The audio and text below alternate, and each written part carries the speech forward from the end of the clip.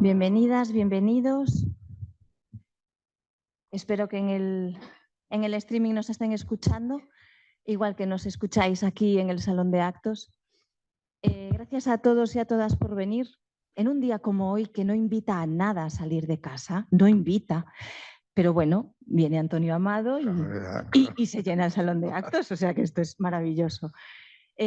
Muchas gracias de verdad por acompañarnos en esta tarde, a los que estáis aquí y a los que estáis en vuestras casas y en vuestros lugares de residencia. Estábamos mirando, tenemos a gente conectada pues desde Amazonas y desde Frankfurt, así que es una maravilla poder compartir este espacio con todos vosotros. Inauguramos esta tarde lo que hemos llamado los martes de la UNED y para nosotros es una ocasión muy especial porque contamos con un ponente inaugural de lujo para comenzar con una actividad que forma parte de lo que pensamos que debe ser la UNED y de lo que debe ser un centro asociado de la UNED, que es abrirlo a la gente, abrirlo a la ciudad con actividades de primer nivel como esta, que son actividades gratuitas, abiertas y que tratan de generar conocimiento, curiosidad, de satisfacer curiosidad también, pero es que estoy segura que después de la sesión de hoy vais a querer seguir sabiendo y leyendo sobre Albert Speer y sobre lo que a mí me parece arqueología, yo voy a decir una barbaridad, pero una arqueología de la Segunda Guerra Mundial que me resulta fascinante. Yo le decía a Antonio antes de comenzar que preparando esta presentación me he matriculado en la actividad porque digo, pero es que esto es interesantísimo. Yo solo conocía de Albert Speer lo que sale en las películas de Leni Riefenstahl y me matriculé porque quiero saber más. Entonces estoy segura de que vosotros y vosotras y también la gente que está escuchándonos le va a pasar lo mismo. Antonio pues, ha aceptado la invitación de estar con nosotros y le tengo que dar las gracias una vez más porque él ha colaborado muchas veces con este centro, pero nos hace especial ilusión que colabore en este proyecto. Es doctor en arquitectura, es profesor titular en la Universidad de Coruña, ha sido premiado en 2002 por el Colegio Oficial de Arquitectos de Galicia por uno de sus proyectos de restauración, de rehabilitación del albergue de peregrinos de Redondela y el Museo de Redondela. Investigador, curioso por naturaleza y además un gran divulgador, un gran divulgador. Eso lo vais a comprobar ahora, los que no lo conocéis lo vais a comprobar ahora. Hoy nos va a hablar, como todos sabéis, de Albert Speer, el arquitecto de Hitler y las ruinas futuras. Y con esto inauguramos los martes de la UNED. Os esperamos a todos los martes.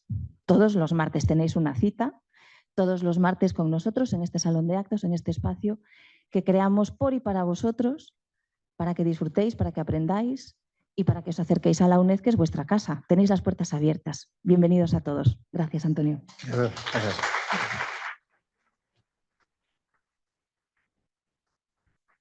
Buenas tardes, voy a empezar ya porque como esto es en streaming, pues supongo yo que la puntualidad será de valorar. Y antes de nada, pues agradecer a la UNED que me invite a venir aquí otra vez. Yo vengo encantado siempre y también saludar a la gente que está al otro lado de la pantalla, que no sé, 300 personas o algo así, estoy asombrado. O sea que trataré de estar a la altura de las expectativas. Y bueno, pues esta tarde voy a hablar de este señor, de Albert Speer. Antes comentaba que sobre la Segunda Guerra Mundial sigue habiendo mucha curiosidad y bueno, pues en todas las cadenas, en Netflix, en Filmí, en cualquiera, siempre hay documentales de la Segunda Guerra Mundial y casi no se sabe ya de qué se puede hablar en relación con la Segunda Guerra Mundial.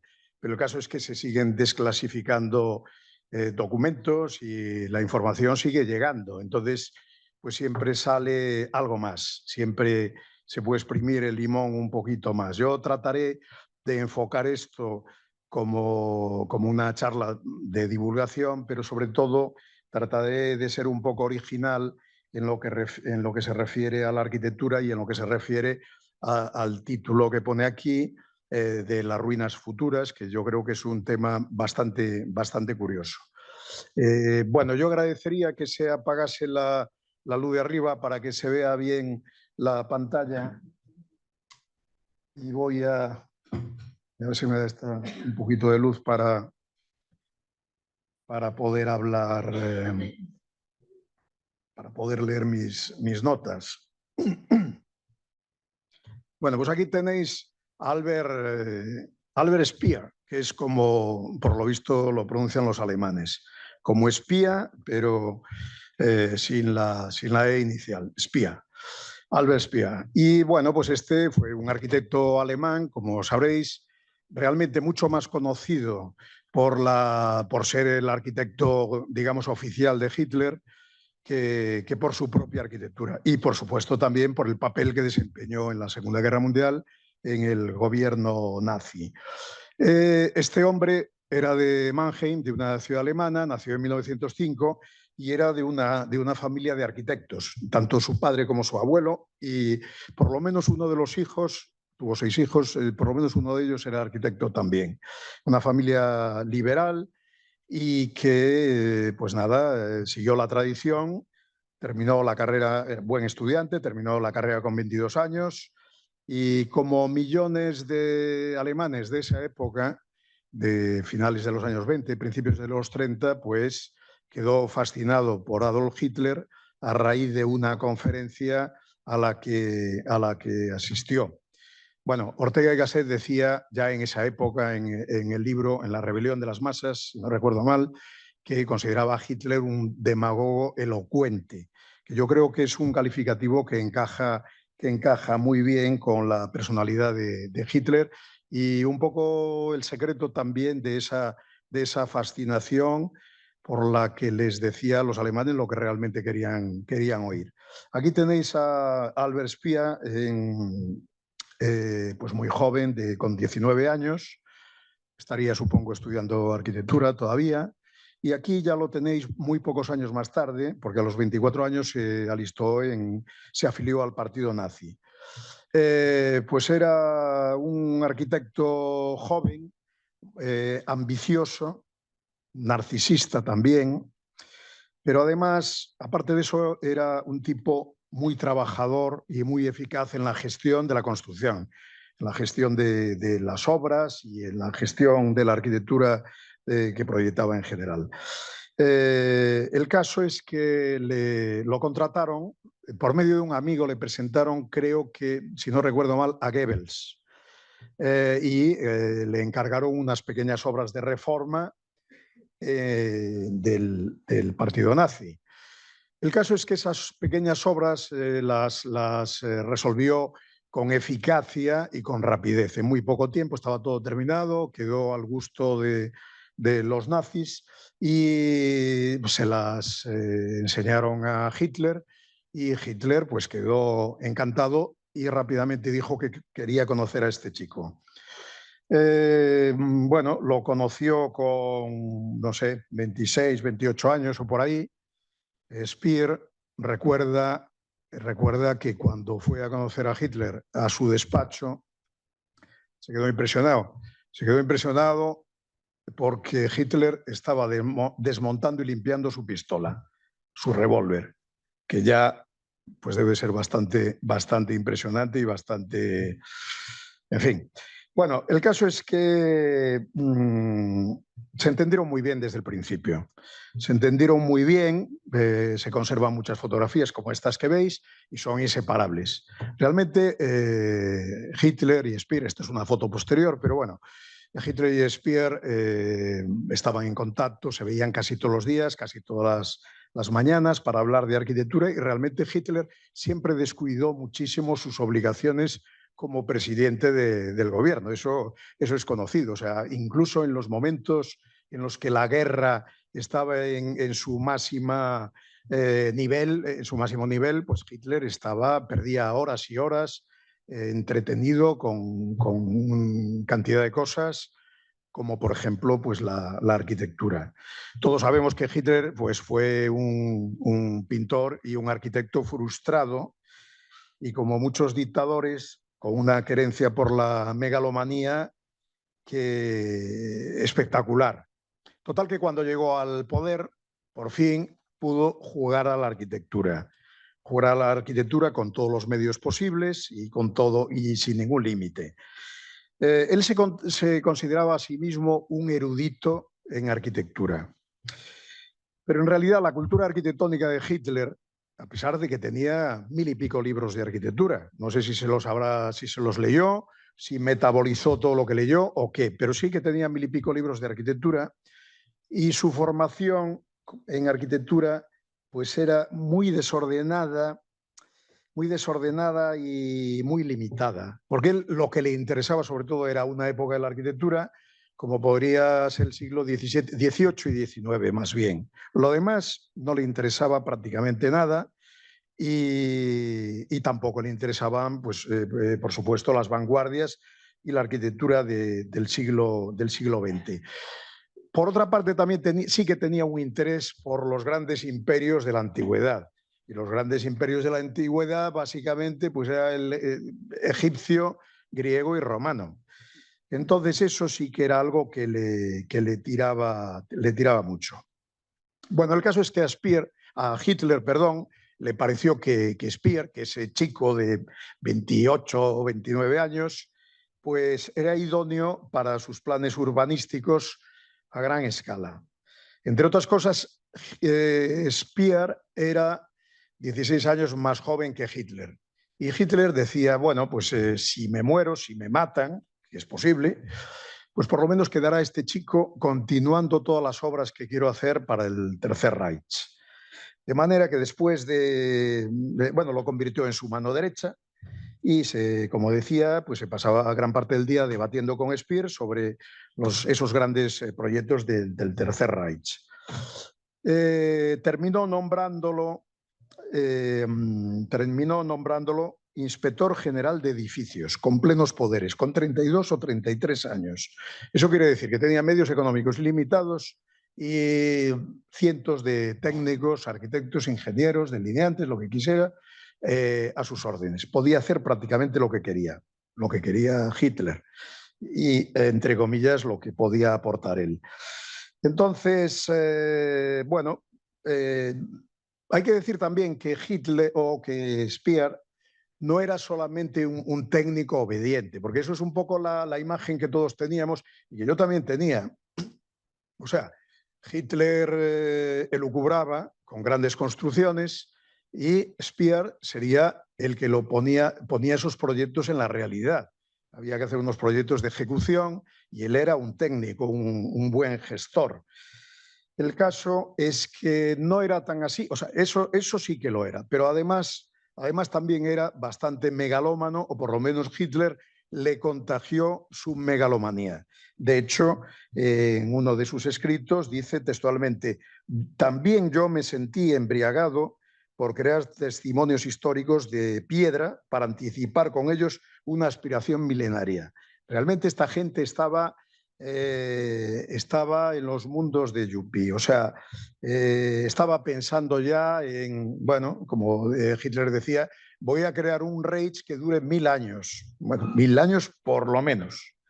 Bueno, como arquitecto y por edad, Speer podría haber sido un estudiante de la Bauhaus. La Bauhaus, como sabéis, en esa época era la vanguardia de la arquitectura europea y mundial.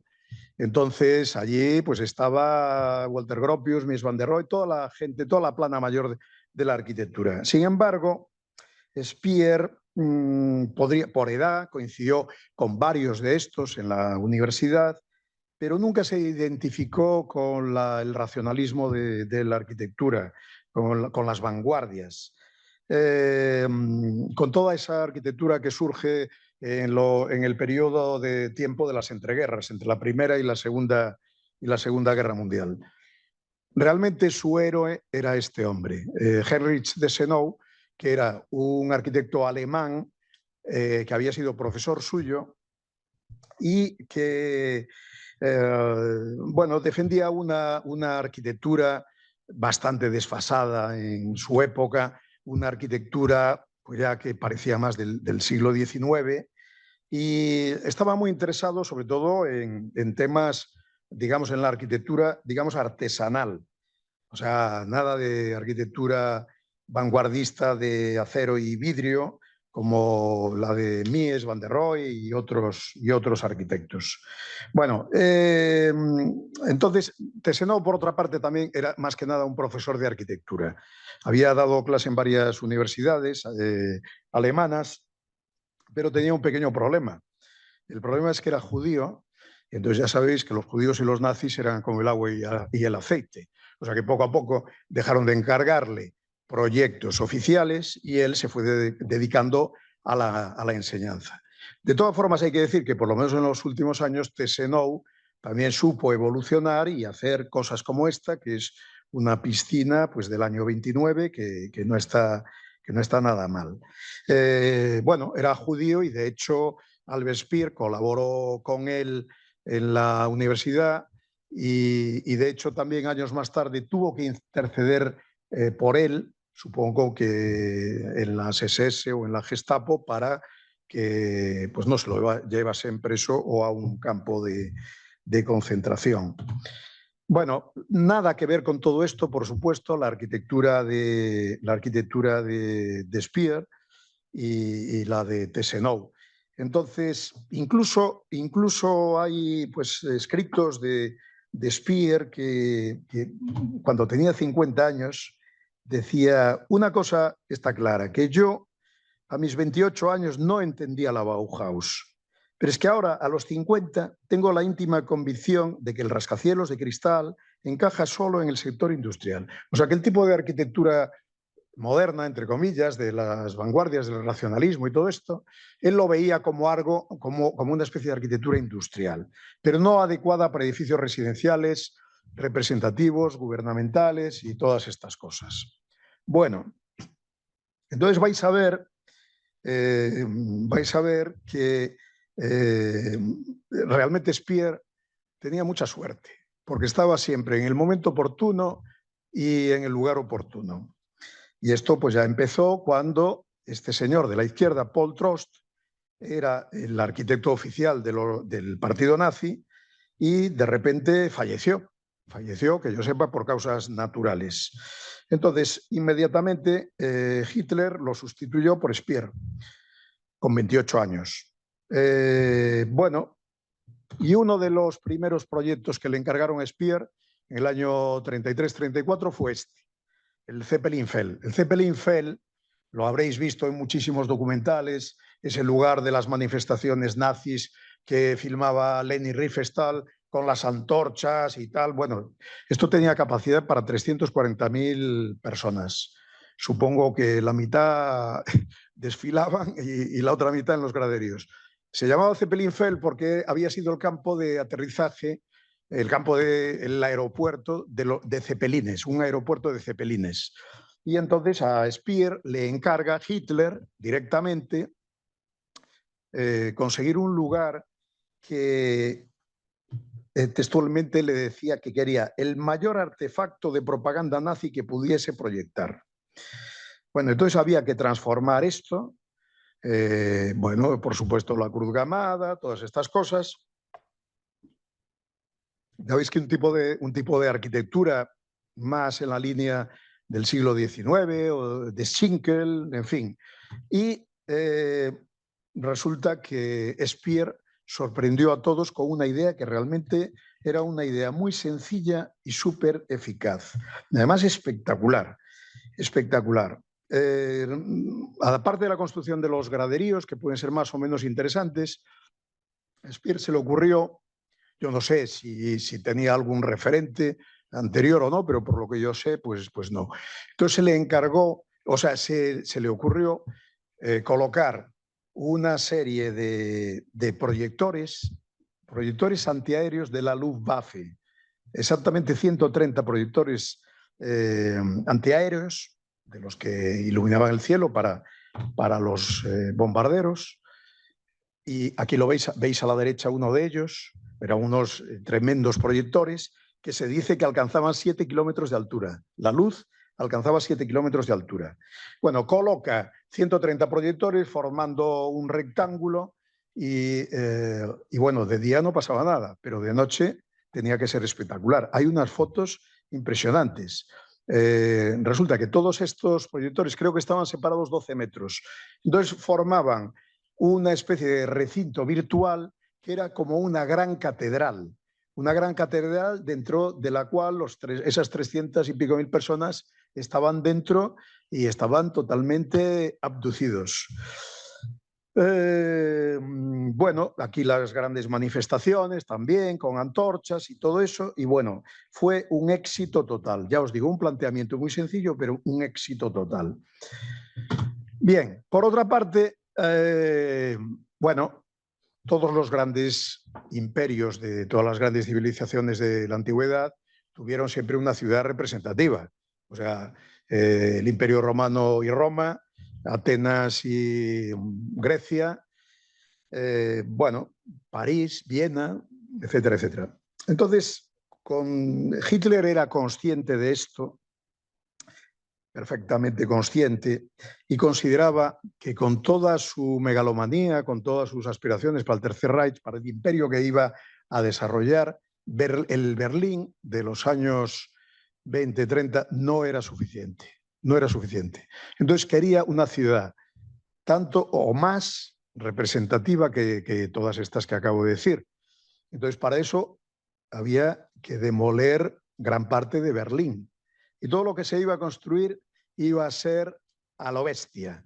A lo bestia, quiero decir, todo más grande, más voluminoso, más espectacular, y de hecho pues tomaba como referencia todos estos edificios de estas grandes ciudades.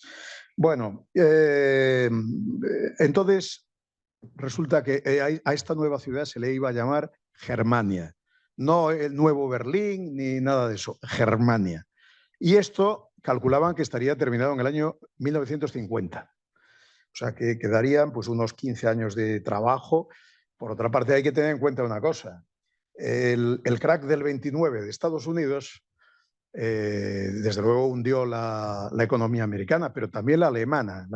Porque Alemania tenía muchos negocios con Estados Unidos y entonces pues eso le influyó directamente. Pero en la época de Hitler, la economía, ya sabéis que se había recuperado milagrosamente de toda esa hiperinflación salvaje y todas estas cosas. Entonces había presupuesto, había dinero y había medios y bueno, solo faltaba la voluntad de hacer todo esto. En 1937 a Speer le encargan el proyecto de Germania, el proyecto de la nueva capital del Tercer Reich. Y ahí, en este proyecto, pues trabajaban Hitler y Speer codo con codo, como un equipo de arquitectos. Bueno, es decir, que en el año 1950 Hitler estaría pensando no solo en que fuese la capital de Alemania, o sea, la capital de Alemania, incluyendo toda Europa, que iba a invadir, y más allá. Probablemente, si le hubiese salido bien, seguiría invadiendo hasta el infinito y más allá. Bueno, es difícil hacerse idea de la escala monumental de todos estos edificios. Fijaros que, por ejemplo, había un arco de triunfo que saldrá por ahí o habrá salido, un arco del triunfo que tenía 150 metros de altura. El de París tiene 50, era el triple. Y bueno, comparado con el Vaticano, pues este edificio que veis ahí atrás era el Volkshall, la Casa del Pueblo, y era pues un gran espacio cubierto donde se podrían reunir hasta 180.000 espectadores. El Bernabéu creo que tiene 80.000. Os podéis dar una idea. Esta imagen está muy bien, porque esto es de una serie de televisión, no recuerdo cómo se titula, pero es una serie de televisión y entonces se construyeron una imagen virtual de lo que sería Germania y aquí atrás veis el Volkshall, pero es que delante está el Reichstag. Si habéis ido a Alemania últimamente o hace años, pues veis el Reichstag, que es un edificio enorme, enorme. Se quemó en el año 32, pero después se reconstruyó y tal. Entonces aquí podéis ver la escala que tenía el Volkshall. Esta es una maqueta del Volkshall. Bueno, aquí a la izquierda, no sé si se ve, sí, esto es el Reichstag. Vale, esto es la puerta de Brandenburgo. Fijaros, es un disparate. O sea, esta cúpula tenía 250 metros de diámetro. Bueno, para los que no os hagáis una idea, la comparativa está clara. María Pitas son 100%. Ahí entrarían 4 María Pitas juntitas y sobraba espacio. O para los aficionados al fútbol, 2 campos de fútbol a lo largo y sobraba espacio. Un auténtico disparate. Y esa era una de las muchas construcciones. Aquí a la izquierda, bueno, esto es un dibujo de Speer, y aquí a la izquierda tenéis pues una perspectiva de lo que podría ser el Volkshall. Y aquí hay una cosa muy curiosa, fijaros en esto. ¿Reconocéis a alguien? Bueno, esto es un trampantojo formado por una estatua alada y una sombra y no sé qué, y esta es la cara de Adolf Hitler. Bueno, trabajaron, como decía, codo con codo, y todavía se conservan pues bocetos de Hitler y de Speer. Y bueno, pues Hitler se defendía dibujando y hacía estos típicos bocetos que hacemos los arquitectos, rápidos y sin precisar demasiado, pero que dan una idea de las cosas. Bueno, aparte de eso, pues proyectos de Speer como la casa del Führer y después la Cancillería, que se llegó a construir. También participó en el Estadio Olímpico, en una ampliación o una parte de esto. Y aparte, y no solo eso, bueno, Speer también tuvo su reconocimiento internacional. De hecho, le dieron una medalla de oro en la Expo de París del año 37 con este proyecto de la izquierda. A la derecha tenéis París, y esta es la Expo del año 37. Este es el pabellón de Alemania, de Speer, y este creo que es el pabellón soviético. Bueno, para que veáis lo desfasado que estaba todo esto, bueno, me parece que se come aquí una... Bueno, bien, esto es el pabellón de Alemania en Barcelona en 1929, en la exposición de 1929. El pabellón de Mies, que se reconstruyó hace poco y tal, los años 80. Y aquí tenéis pues el pabellón de Alemania de Speer, que 8 años más tarde, y parece que tiene 50 años. Bueno, el caso es que este hombre pues se había convertido en un personaje importante dentro del Tercer Reich de Alemania y muy conocido. Entonces también fue teniendo ya fue teniendo presencia en el gobierno, en el partido nazi, en el gobierno, y entonces se le ve en fotografías como esta, que es del año 40, cuando invadieron París. Por otra parte, aquí tenéis una escultura de un busto, y esto pues era Speer y la familia, que tenía 6 hijos, con los que nunca llegó a tener una muy buena relación. Bueno, quiero entrar en este tema que me parece pues quizás el menos conocido, pero que tiene su interés. Tanto Hitler como Speer tenían mucho interés por las ruinas del pasado, Resulta que ya en el siglo XVIII se había despertado, se había iniciado una especie de moda por las ruinas del pasado. Las ruinas del pasado, pues las ruinas romanas, las ruinas de estos imperios de los que hablaba antes. Y entonces, pues había gente como Giovanni Panini, que era pintor y arquitecto, que se dedicó pues a hacer pinturas de ruinas romanas, unas reales y otras pues imaginadas. Esto tuvo mucho éxito, los vendía como roscas. Y bueno, entonces os decía que los dos estaban interesados por las ruinas, pero de manera muy diferente. El interés de Hitler por las ruinas estaba en relación con su obsesión por pasar a la historia como promotor de grandes obras urbanísticas y arquitectónicas. Hitler se imaginaba pues, unas ruinas en el futuro, unas ruinas del Tercer Reich, como las ruinas de Grecia, como las ruinas romanas, etcétera, etcétera. Bueno, aquí veis otros cuadros de Panini. De hecho, Speer recordaba que en la residencia esta, ¿cómo se llamaba? Obersalber, creo que era, Hitler tenía un gran cuadro de Panini, auténtico, que era de unas ruinas romanas. Aquí veis el Coliseo en ruinas, bueno, en fin. Entonces, por otra parte, el interés de Speer por las ruinas era totalmente distinto. El interés de Speer, siempre lo digo mal, cada vez lo digo de una manera distinta, Speer. Bueno, pues su interés era distinto. Speer tenía un interés más bien romántico por las ruinas de este tipo.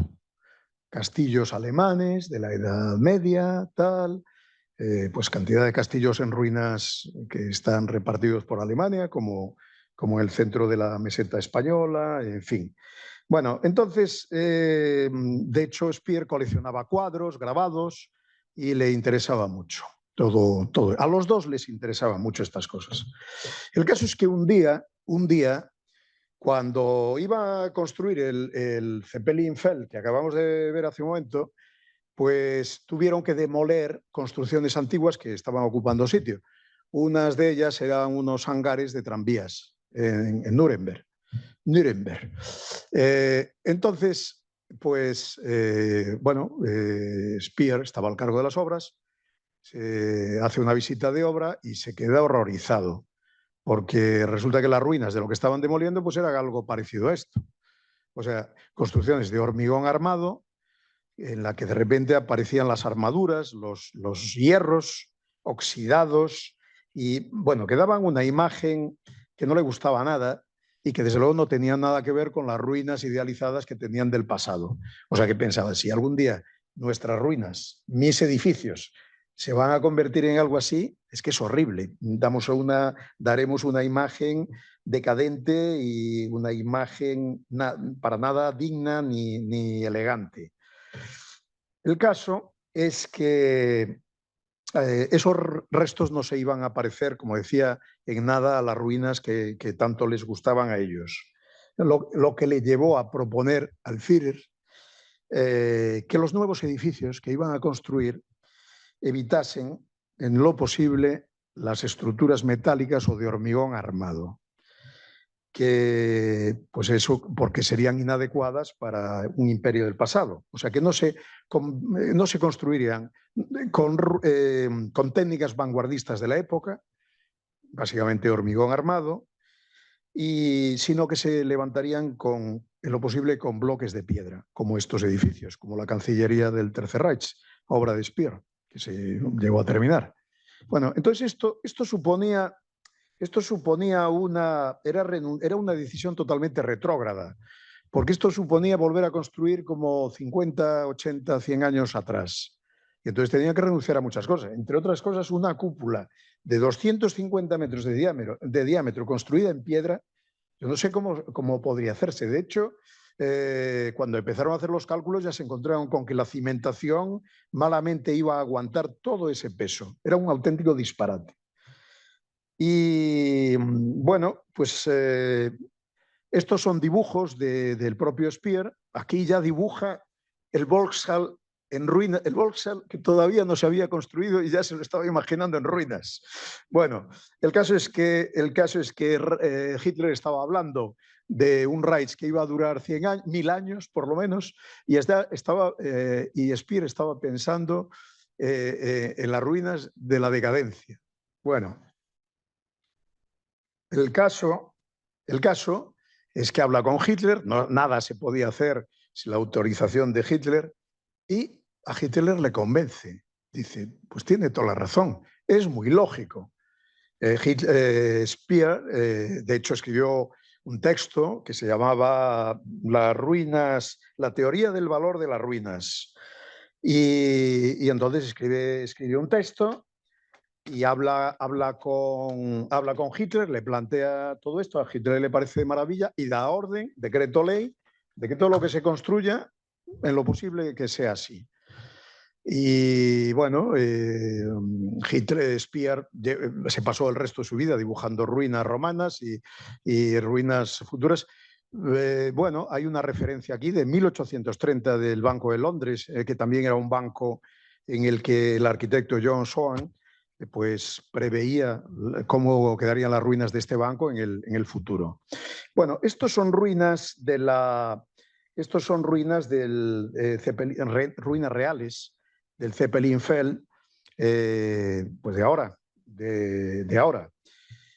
Cuando le plantea Speer a Hitler, le plantea este tema, ya digo que a Hitler le pareció un acierto. Sin embargo, a la cúpula de los nazis, bueno, les pareció una cosa espantosa y hablar de la decadencia cuando todavía estaban creando un imperio. Pero ¿dónde se ha visto? Estos están locos. Pero, como lo decía Hitler, pues a callar todos.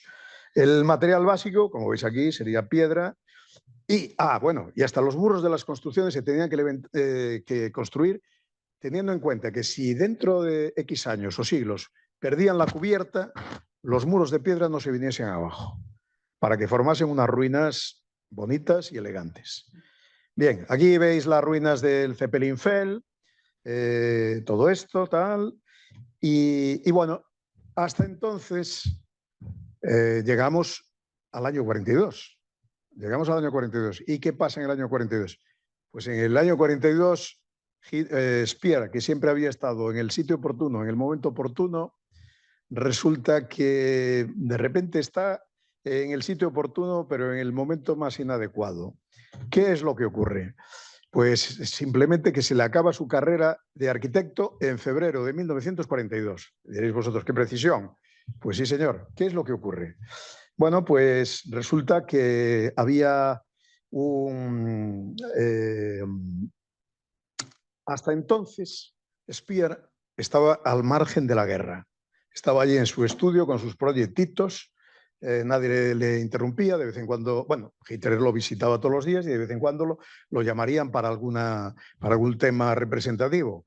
Pero Speer estaba allí, aislado del mundanal ruido, y la guerra pues era algo que le sonaba, pero él prácticamente no se enteraba de eso. Entonces ocurre una cosa curiosa.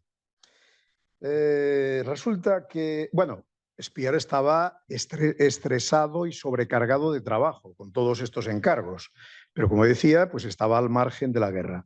Entonces, resulta que el ministro de Armamento en ese momento, que se llamaba Fritz Todt, que era un ingeniero, va a visitar a Hitler y a la Plana Mayor y les dice, en mi opinión, la guerra está perdida. Vamos a perder la guerra. Febrero del 42, todavía no había sido lo de Stalingrado, que fue a finales del 42. En mi opinión, la guerra está perdida. Hitler se agarra tal cabreo, se pone histérico, frenético. ¿Y qué ocurre?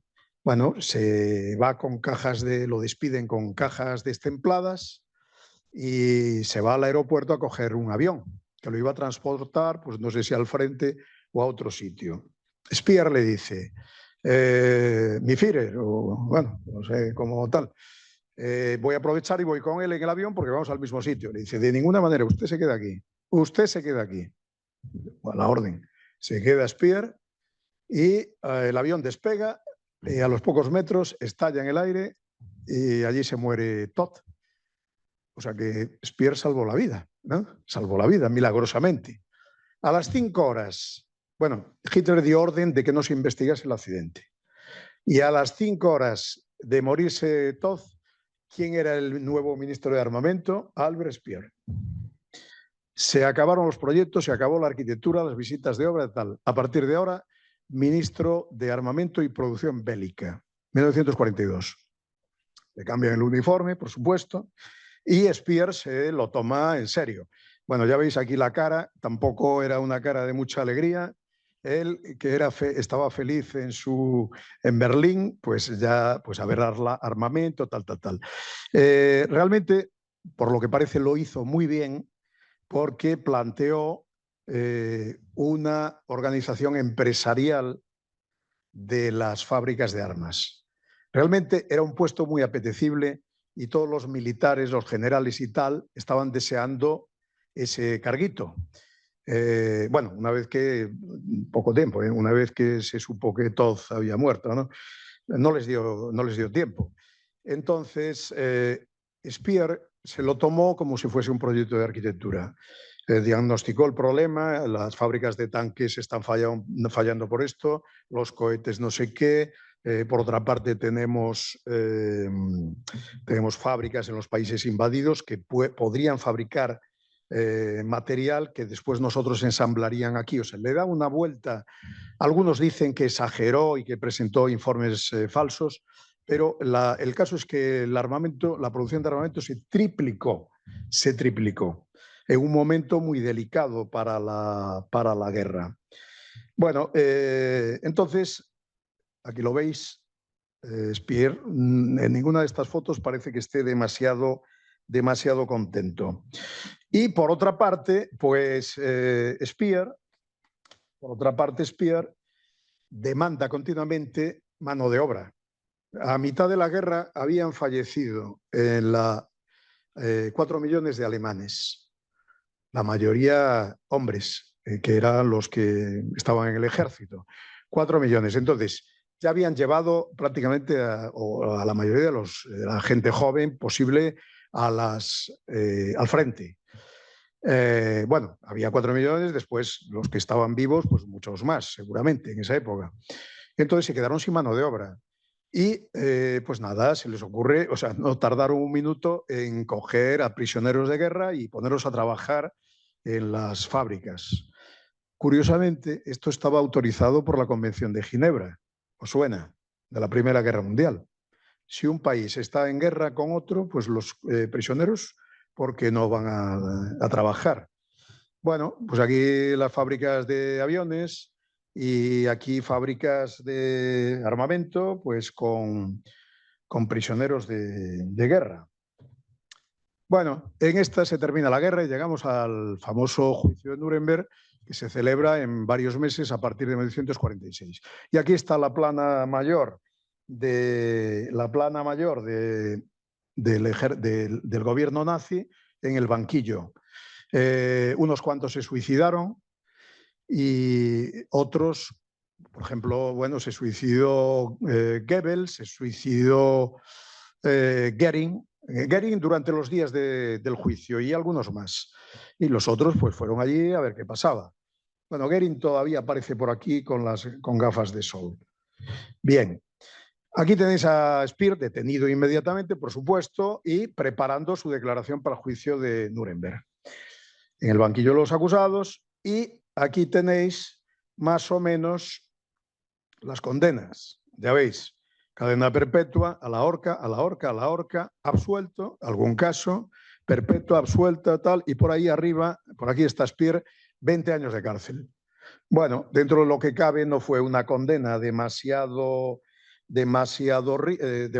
severa, porque pues podía haber sido ahorcado. Entonces entra en la cárcel. Pasa un año en Nuremberg y los 19 años restantes en Spandau, junto a Rudolf Hess, que estaba condenado a cadena perpetua, y algunos más, Dönitz y algunos más, 5 o 6, no más. Esto era un antiguo castillo y aquí estaba el castillo de Spandau, que se convierte en prisión para esta gente. Bueno, durante esos 20 años pues era una reclusión muy estricta la de Speer y los demás. Era muy curioso porque se iban turnando los aliados y entonces durante 3 meses al año pues estaban los rusos, los americanos, los franceses y los ingleses. Entonces se iban turnando. Entonces a él le tenían totalmente prohibido leer, escribir, dibujar, todas estas cosas. Los rusos lo llevaban a rajatabla. Los demás, especialmente los americanos, eran bastante transigentes y él se las fue arreglando y había por lo menos 3 meses al año que no podía hacer nada más que estar en la celda y poco más. Se organizó bastante bien la vida, desde luego mucho mejor que los demás. A todo esto Pierre, pues era como era y, en fin, pero de tonto no tenía un pelo. Y entonces, pues en estos 20 años, pues se organizó para leer, escribir todo lo que le dio la gana.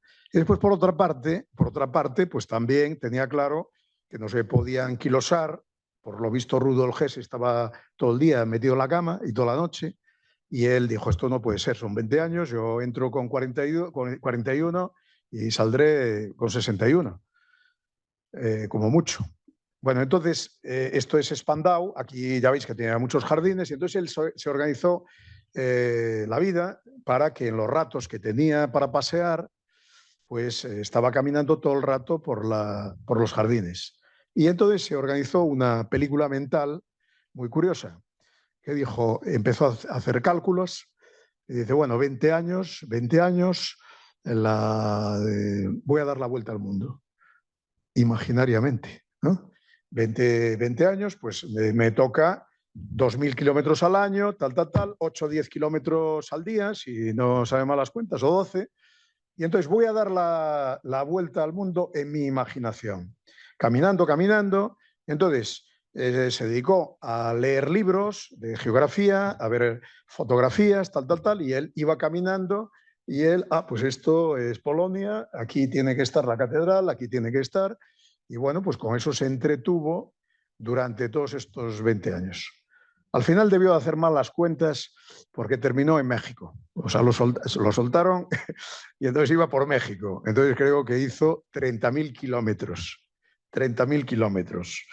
Bueno, y en fin, fue. Y por otra parte, ¿qué hizo? Bueno, yo voy a salir de aquí, 61 años, y tendré que dar la cara. Él no podía hacer entrevistas, no podía hacer declaraciones ni nada. Entonces, pues se pasó gran parte de su cautiverio escribiendo sus memorias, escribiendo varios libros. Entonces, sus propias memorias, contando su propia versión. Y evidentemente tratando de justificarse.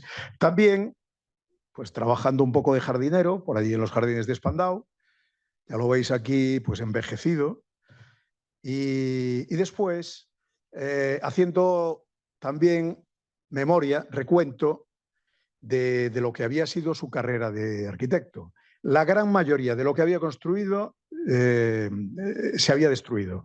Lo habían bombardeado, accidentalmente, los bombardeos sobre Berlín, los aliados, y lo que quedó en pie lo dinamitaron para que no fuese zona de memoria del Tercer Reich y todo aquello. O sea, total, que lo que construyó en 12 años, de lo que construyó, prácticamente todo desapareció, excepto parte de los graderíos del Zeppelinfeld.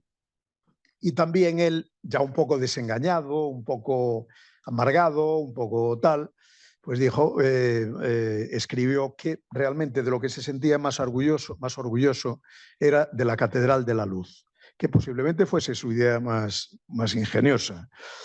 Entonces, era de lo que se sentía más orgulloso y decía, a fin de cuentas, con todo lo que he construido, con todo lo que iba a construir, y de lo que más orgulloso me siento es de una obra efímera, que en cuanto se apagaron las luces ya desapareció. Bueno, perdón. Aquí vais a ver el Zeppelinfeld en un vídeo curioso en donde aparece lo que es hoy en día, lo que queda hoy en día y lo que había sido en ese momento. Aprovecho para beber un poco de agua. La época de los grandes desfiles del Tercer Reich, todas las banderas.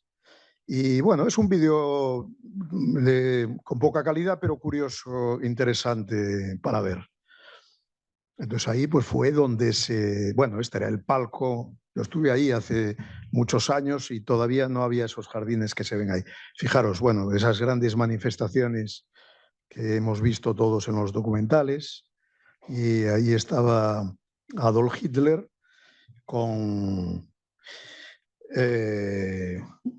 dando un discurso. Curiosamente, cuando se produjo el atentado de las Torres Gemelas en 2001, se hizo un memorial. ¿Y qué se hizo? Pues construir, ¿sabéis? Si habéis estado allí, veréis que hay unos estanques que ocupan el espacio de las Torres Gemelas. Pero se construyó también todo esto, que son unos grandes proyectores enfocados al cielo.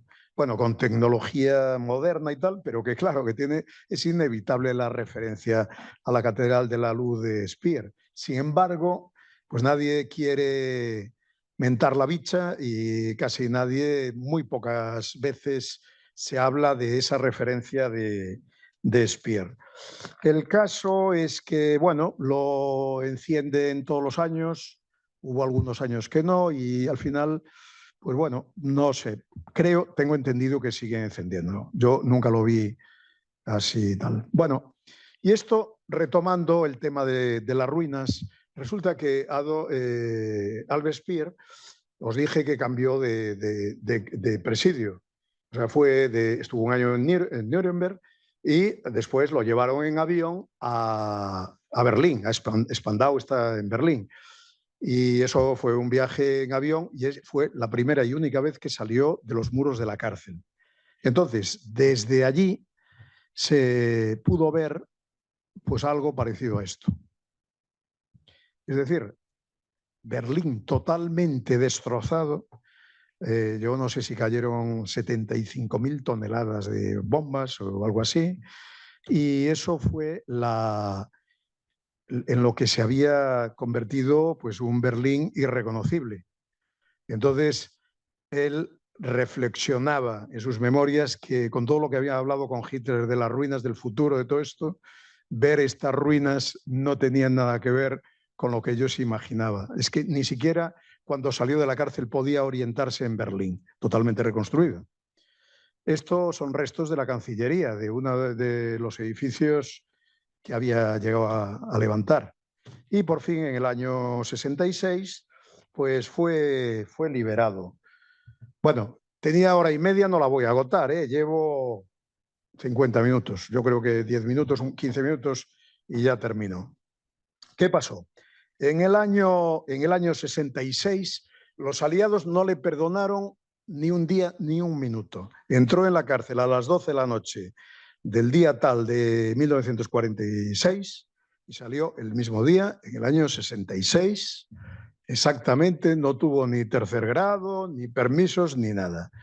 Entonces había una gran expectación, se dice que había 1.500 personas esperando a que saliese de la cárcel. Muchísima expectación, muchísimo morbo, muchos aplausos y a fin de cuentas, ¿por qué toda esta curiosidad? Bueno, pues entre otras cosas por algo muy sencillo. Este hombre había sido la persona que había estado más cerca de Hitler durante muchos años. De hecho, Speer decía, si Hitler hubiese tenido amigos, que no los tenía, yo habría sido uno de ellos, probablemente el mejor amigo, porque fue la persona con la que se pasó más tiempo. Entonces, y además, no hablando de guerra, ni de judíos, ni nada, hablando de arquitectura y de otras cosas. No toqué nada. No toqué nada, no sé qué pasó aquí. Bueno, entonces había mucho morbo por tener su opinión. En cuanto había cumplido los 20 años de condena, pues este hombre sale, da una rueda de prensa y podía hablar todo lo que quisiera.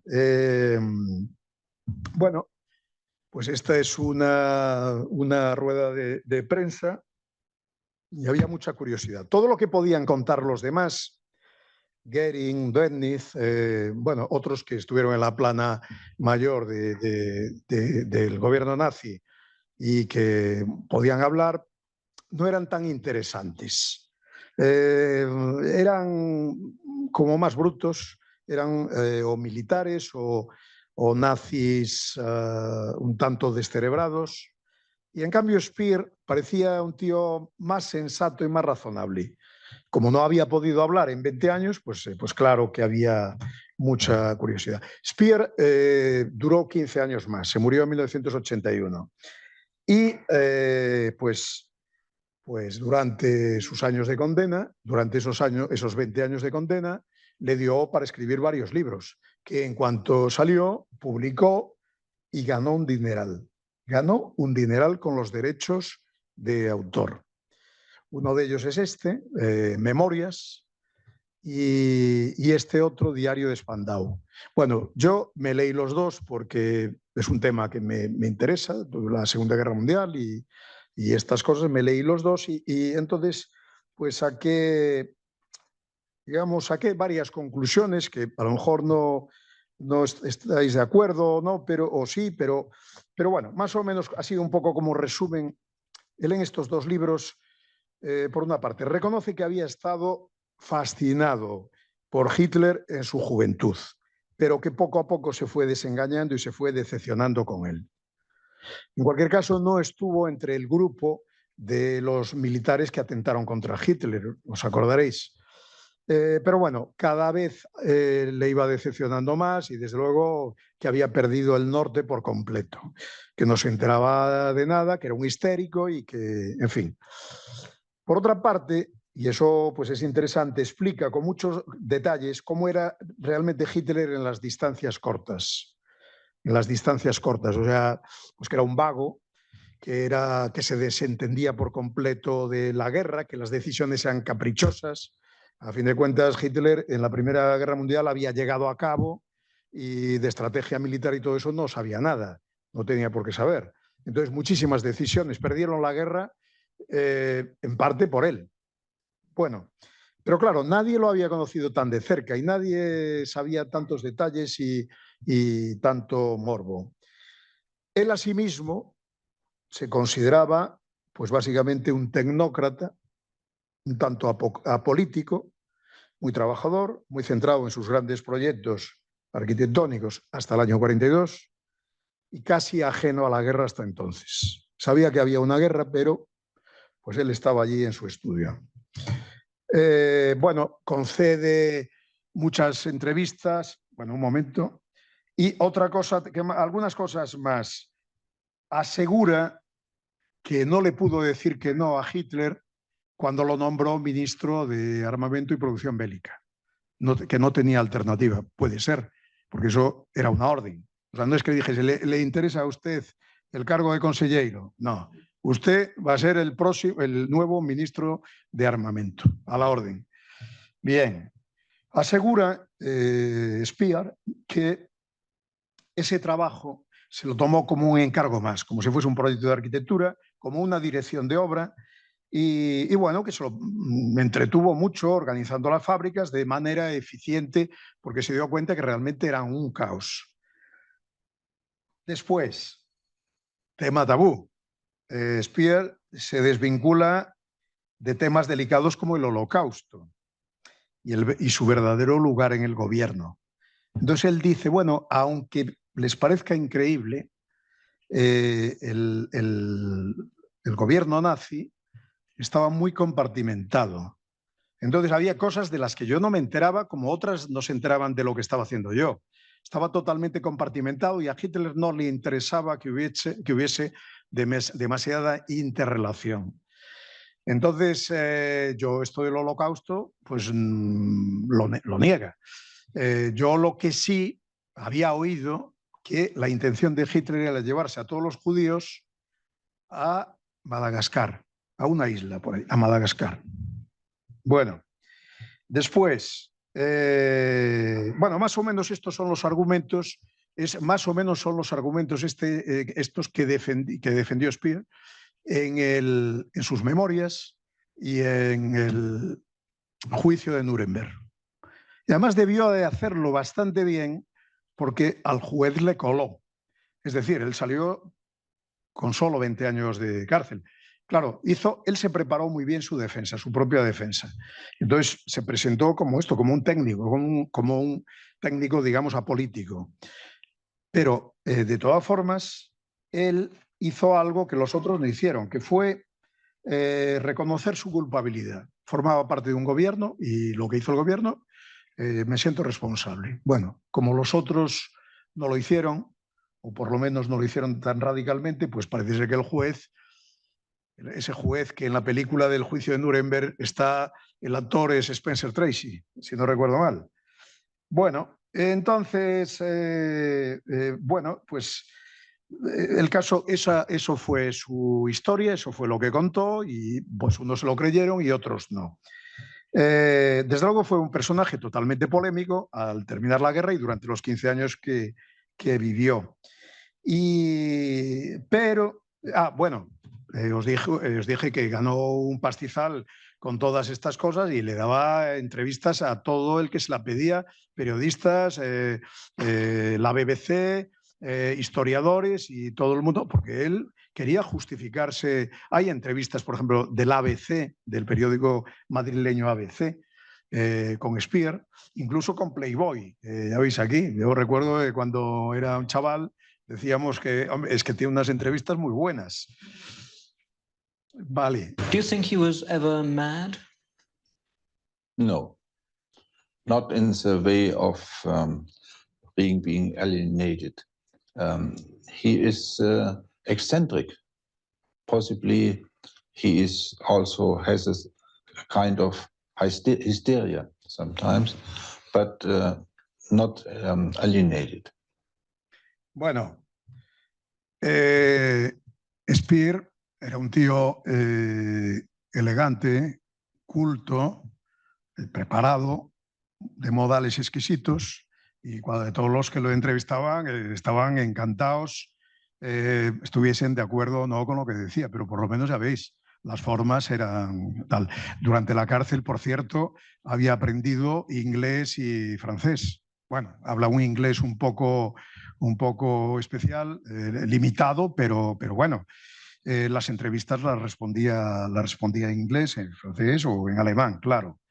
Bueno, pero el caso es que a partir de 1970, sobre todo, empiezan a aparecer una serie de documentos, incluso algunos hace pocos años, 2005, por ahí, una serie de documentos en los que quedaba claro que no había dicho toda la verdad. No había dicho toda la verdad. Había jugado con medias verdades, había tal, pero no había dicho toda la verdad. Para empezar, tuvo su responsabilidad en expropiación de propiedades judías en las ciudades.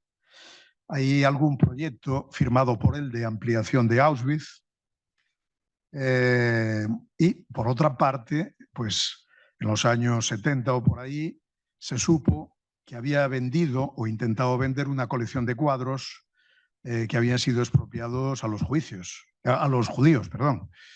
Cosa que hicieron muchos de los nazis, o sea, o se los robaban o se los obligaban a vender a precios irrisorios. Entonces fueron saliendo una serie de publicaciones en los últimos años, fijaros, esto es de 2018, en los que pues ya la opinión mayoritaria es que era un hipócrita y un cínico y que había tratado de salvar su pellejo lo mejor que pudo, pero que no había dicho la verdad. Fijaros lo que pone aquí.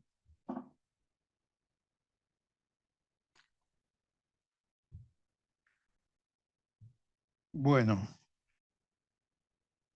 y entonces llegamos al final, o al epílogo, a una especie de epílogo. Bueno, mi opinión particular, que podéis estar de acuerdo o no, pero a ver, a él estuvo siempre, ya digo, en el momento oportuno, tal, hasta el año 42, y en el año 42 se le acabó todo. Se le acabó todo. Entonces, si en Nuremberg, bueno, esto no es una opinión mía, eso, en fin, eso lo piensa mucha gente. Si en Nuremberg, en el juicio, se hubiese conocido toda la información que apareció años después, incluso documentos descatalogados, etcétera, etcétera, probablemente sería condenado a la horca. Es muy probable. Fijaros, por ejemplo, que O sea, la historia le cambió por completo cuando lo nombraron ministro de Armamento. Pero fijaros, por ejemplo, en esta fotografía. Aquí está Albert Speer y Karl Dönitz.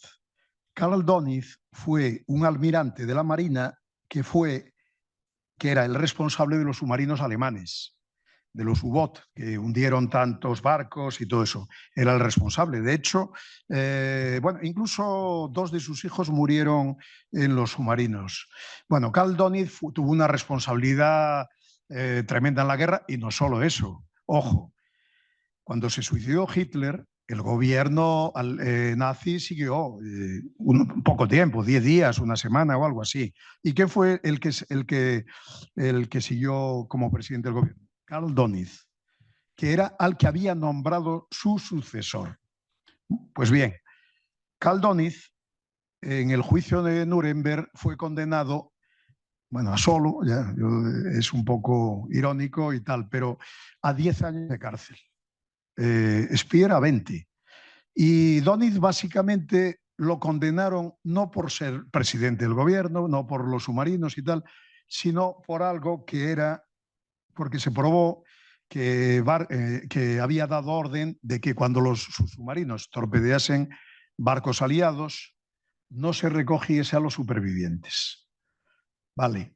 Lo que pasa es que después hubo militares americanos y aliados que reconocieron que ellos tampoco. O sea, eso es la guerra, es la selva. En la Primera Guerra Mundial también se había prohibido el gas mostaza y ya veis que se lo saltó todo el mundo como pudo. Bueno, el caso es que, pues en fin, o sea, que la condena de Nuremberg pues es también discutible, pero bueno, eso ya no tiene nada que ver con esto.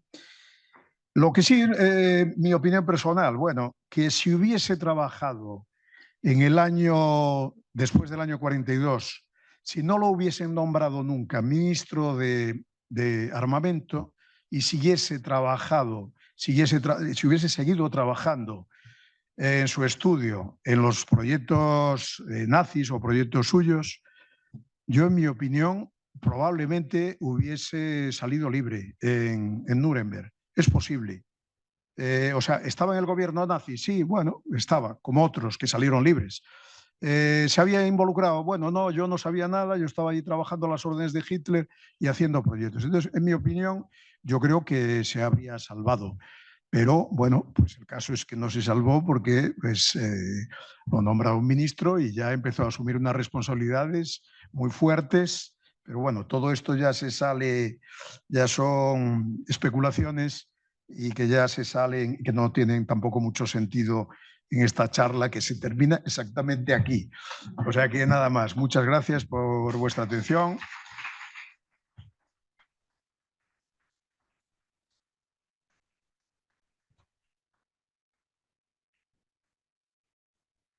Si tenéis alguna pregunta, pues encantado. Si la sé.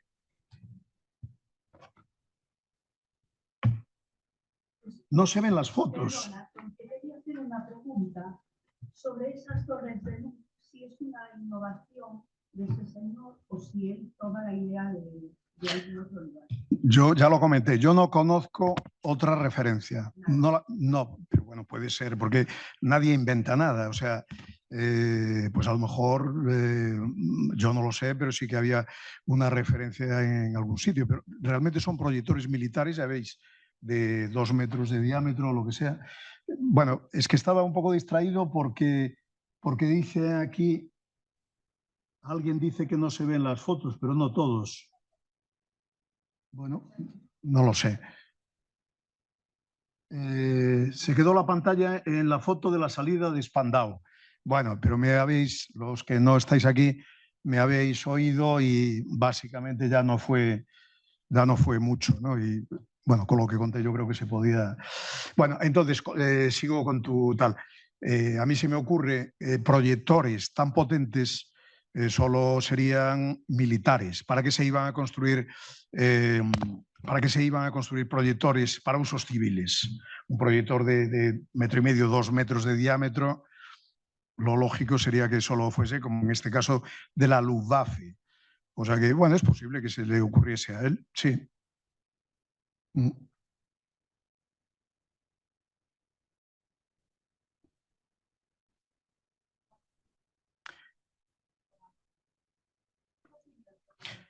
Hombre, mal arquitecto es muy fuerte, pero tú ya sabes perfectamente que, claro, en el mundo de las artes, la arquitectura como arte también, pues si tú haces algo que tú te pones ahora a hacer cuadros.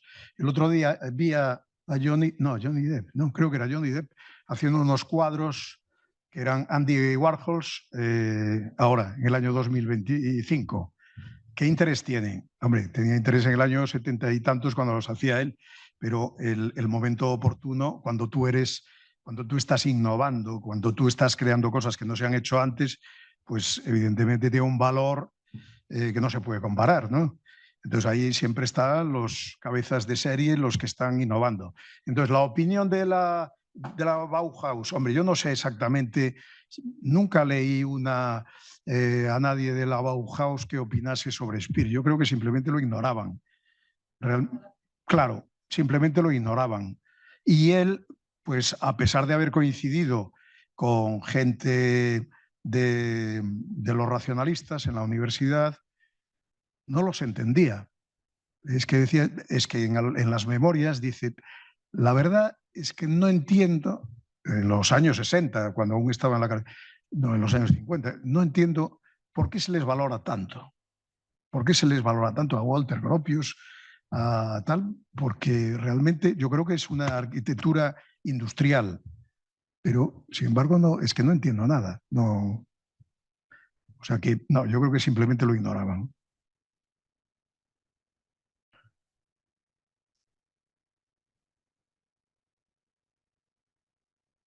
¿Alguien más? Sí.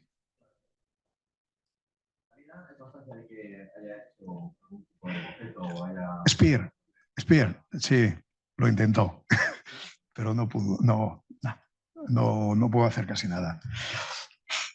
Yo no sé a quién le podría encargar un proyecto a Speer. Bueno, a lo mejor algún ex-nazi, ¿no? Pero bueno, seguramente lo que yo sé es que lo intentó, pero no pudo hacer casi nada. Y después, uno de sus hijos, que creo que también se llamaba Albert, que jugaba de niño con el tío Hitler y tal, pues ese fue un arquitecto importante en Alemania, de los más importantes. Se murió hace pocos años. Yo vi alguna entrevista y no deja a su padre en muy buen lugar. Realmente se desvinculó bastante la familia y bueno, hay fotos de su mujer yendo a buscarlo a la salida de Spandau y todo eso, pero no tuvo relación con la familia. O sea que él rápidamente se dio cuenta de que no podía hacer nada y estaría muy entretenido con todas las entrevistas, los libros y todas estas cosas. ¿Mm?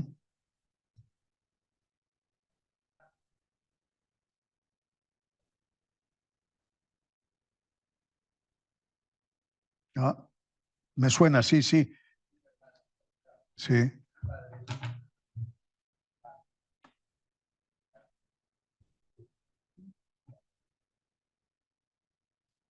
Bueno, vamos a ver, yo ni soy nazi ni nada que se le parezca.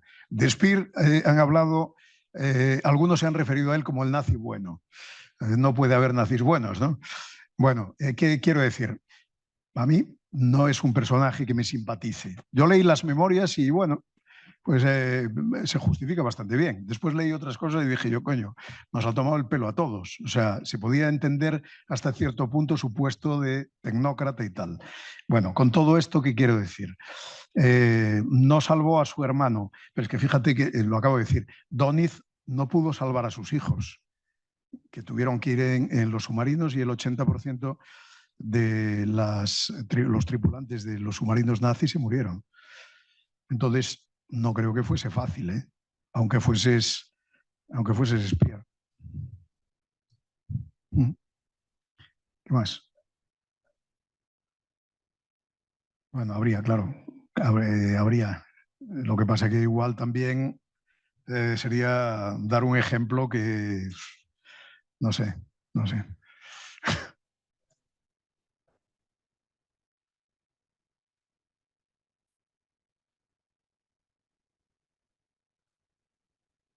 Sí.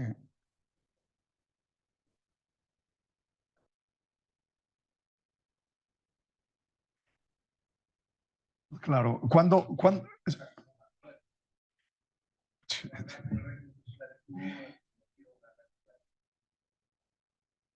es que ten en cuenta que Speer estaba al tanto de los cohetes V1, V2, estos de Werner von Braun, que después estuvo en la NASA en Estados Unidos. Y eso era la última tecnología, y de los cazas, los Messerschmitt y tal, los cazas, o sea, sí que, bueno, no sé. Al final siempre juzgar tiempos pasados con la mentalidad de hoy siempre es arriesgado y todo eso. Son tiempos recientes, pero bueno, ya pasan 80 años. No sé si aquí me pregunta si alguien dice aquí a Colobi 3, no sé desde dónde escribe, no hay constancia de que participase en la construcción de los campos, pero sí se conocía su existencia porque hay fotos suyas en Mauthausen. No lo sé. Lo que sí sé yo es que una de las pruebas en las que se basan los detractores fue que tuvo a 2 subordinados que fueron a Auschwitz a hacer un informe y volvieron con todo un informe de todo el funcionamiento del campo, lo que fallaba, lo que tal, los crematorios, todo esto, y que eso se lo pasaron a él. Entonces sí que tenía que saberlo. No sé si aquí tuvo responsabilidad en la construcción de los campos de concentración. Por lo que yo sé, sí que hay planos firmados por él de una ampliación de Auschwitz. Y bueno, no sé si alguien aquí. Muchas gracias. Bueno, muchas gracias. La presentación no avanza. Ah, bueno, las imágenes. Bueno, menos mal. Pues eso fue un problema técnico, el que fallasen las imágenes. Soy un arquitecto brasileño, también estudiante de maestría en la UNED entre 2021 y 2022. Bueno, desde Manaos o por ahí. No oigo nada, pero desde Guadalajara. Bueno, desde Frankfurt. Bueno, pues oye, yo encantado y saludos a todo el mundo que me haya escuchado, y bueno, y animaros a todos a que sigáis viniendo aquí a las conferencias de la UNED, que están muy bien organizadas y además que son muy flexibles, que bueno, yo veo que hay temas muy diversos y eso está muy bien.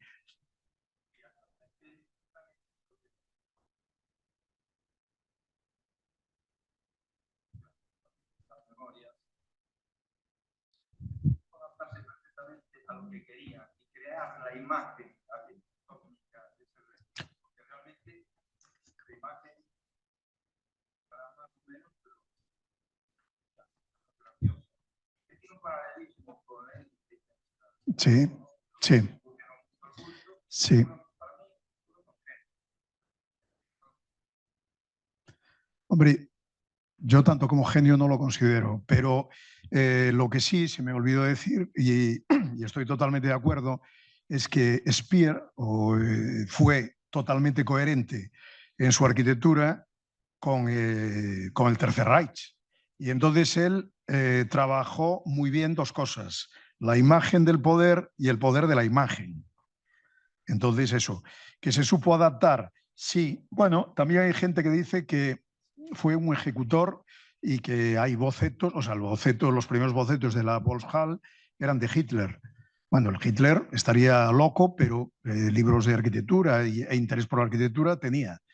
Entonces, pero bueno, el gran mérito de adaptarse puede ser, pero claro, para un chaval de 28 años que de repente le caigan unos encargos que no había soñado en su vida, pues eso debe ser muy atractivo, ¿no? O sea, Entonces después bastante cuidado tendría con no irritar a Hitler y con darle la razón y no discutir mucho con él. Menudo sería Hitler, ¿no? Bueno, ¿alguna pregunta más?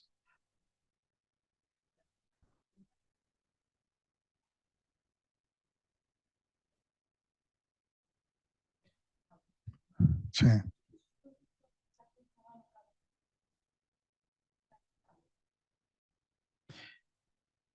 Ten en cuenta que técnicamente en ingeniería y estas cosas, Alemania en los años 30 estaba en la vanguardia, en arquitectura también. Entonces, esto fue como Ferdinand Porsche cuando diseñó el Volkswagen. O sea, tenía todos los ingenieros a sus órdenes, de la misma manera que Speer, tenía todos los arquitectos, todos los técnicos, ingenieros y tal. Entonces, por lo que yo sé, sí que hicieron unos tanteos y bueno, los números salían, o sea, los números de los cálculos asustaban un poco, pero por ejemplo, lo comenté antes, la cimentación, ¿se conserva alguna cimentación de principios de partes de la cimentación de la Volkshall? Y la preocupación que tenía era que se hundiese. Es que era, claro, al construir todo eso en piedra, hay unos límites. Entonces, yo de cálculo de estructura sé lo justito, a pesar de haberlo estudiado, pero sé lo justito. Yo me imagino que, claro, a partir de unas dimensiones se van incrementando los espesores y estos son miles de toneladas bueno, que se hunde el terreno, por muy duro, por muy que sea. Pero bueno, evidentemente estaban pensando en eso, después vendrían los recortes, a lo mejor en vez de 250 metros, 180 o 200, en función de todas estas cosas. Si se hiciese con hormigón armado, pues yo creo que no habría problema. No sé, estructura metálica, pero no querían. Entonces, como no querían, por eso yo creo que de todo esto que he contado, pues muchas cosas ya las habríais visto o leído, pero me pareció interesante incidir en el tema este de las ruinas, en el sentido de hasta qué punto puede llegar a condicionar todo un programa arquitectónico y urbanístico tan gigantesco como este. Por una razón romántica o de más que romántica, de trascendencia, en el futuro resulta que se decide que se va a construir en piedra y no en otros materiales. En fin, no sé. Bueno, ¿algo más? Terminamos. No, no hay más. Yo cuando queráis. Pero Ya cuando me... volvemos a invitar, porque seguramente sí hay más preguntas, ¿no? Que tenemos que desalojar. Claro, claro. Nuestro... Muchas gracias.